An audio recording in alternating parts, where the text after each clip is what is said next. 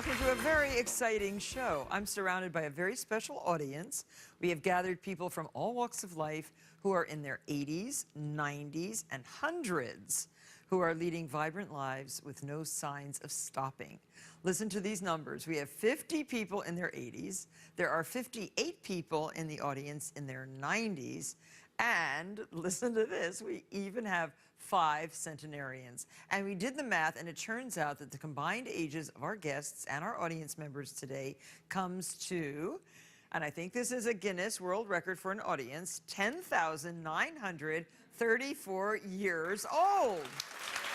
Young. That's a lot of wisdom in one room. And this hour is all about living well at every age. More people are living to the age of 100 and beyond than ever before in history. Later on in the show, some of our audience members will share their secrets for staying young at heart. And we'll meet a man who, at the age of 19, moved into a nursing home. We'll find out why he did it and the important lessons he learned. And there are ways to ensure our later life years so that they are as enjoyable, healthy, and productive as possible.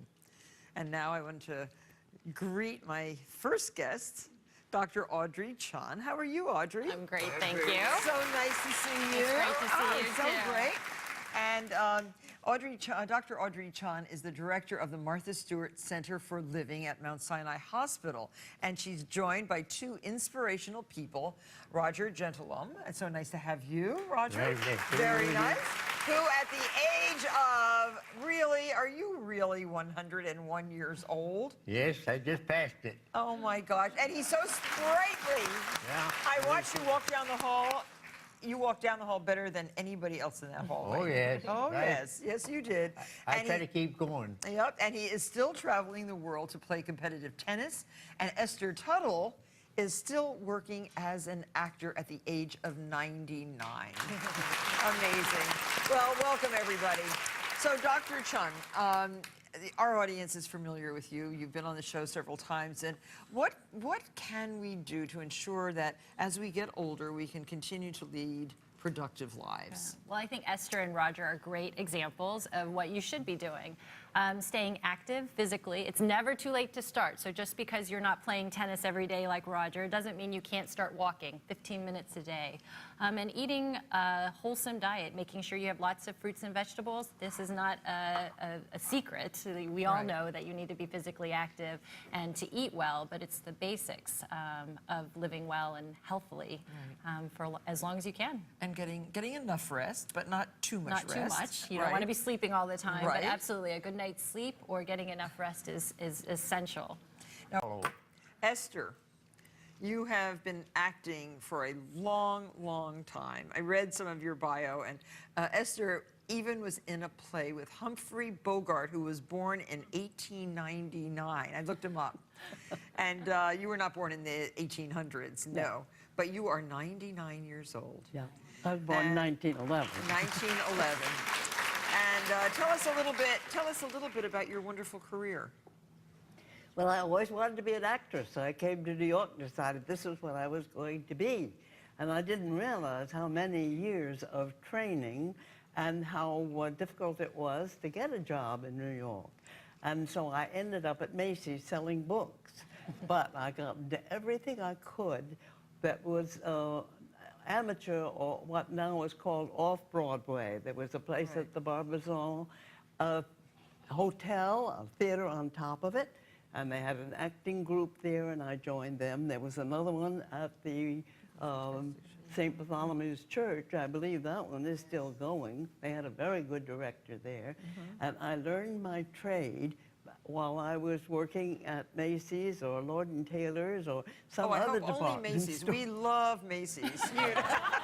You know we have our beautiful collection at Macy's. Oh, wonderful. So just keep saying Macy's. Macy's. Great training school, let me tell you. It Once was. you've worked at Macy's, why, they'd take you into any other department store.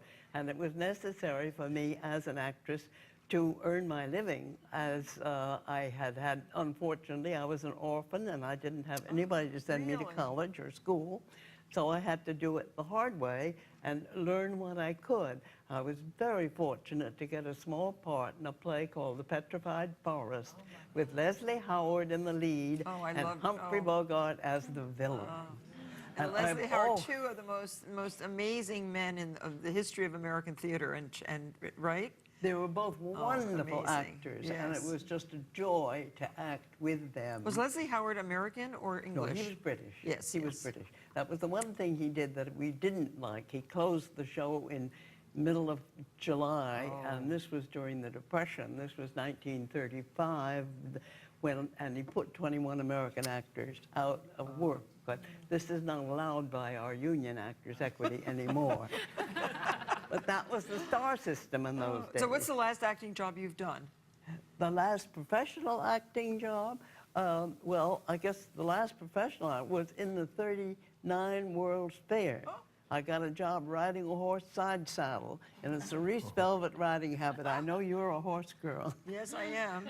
Now, so you don't make commercials or do anything? Then I went, after my children were grown, I gave up acting during all those years. I was raising my children because my husband really wanted me to, and I wanted to. How many children do you have? I had 3 children and 11 grandchildren, 21 great-grandchildren, another one in the oven, and 1 great-great-grandchild. But you have an amazing memory. So I've got a Amazing. What's your secret for keeping your mind as sharp as it is and for so long? I think the secret is learning lines, actually. I've been in a good many off-Broadway plays, and I've had a lot of lines to learn. I've played parts like Lady Bracknell in The Importance of Being Earnest. Yes. And I've been on a lot of theater commercials. I didn't do this until my children were all raised, but once they were, then I called Actors Equity and I said, may I rejoin? And they said, how long have you been out of it? And I said, 40 years. We don't believe it. But anyway, they looked me up and I had retired in good standing, so I was able to join the union and therefore become a member of SAG. And I've done a great many commercial shoots. In fact, my face shows up every now and then.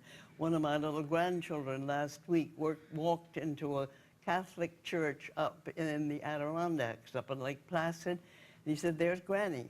And his father said, no, we've just been visiting Granny down on the farm. There's Granny. So he looked where this little 3-year-old was looking, and there on the table was a picture of me advertising a nursing home up in the Lake Placid. Well, thank you very much, Dr. Chun, for being here today with this incredible audience. They're amazing. And your work continues to be so exemplary in the field of aging successfully. And thank you both so much. It's a lot of fun to talk to you. You are fantastic. For more information and to buy tickets to the Martha Stewart Center for Living Gala, please visit our website at marthastewart.com. Our gala is next week, and it's about aging well.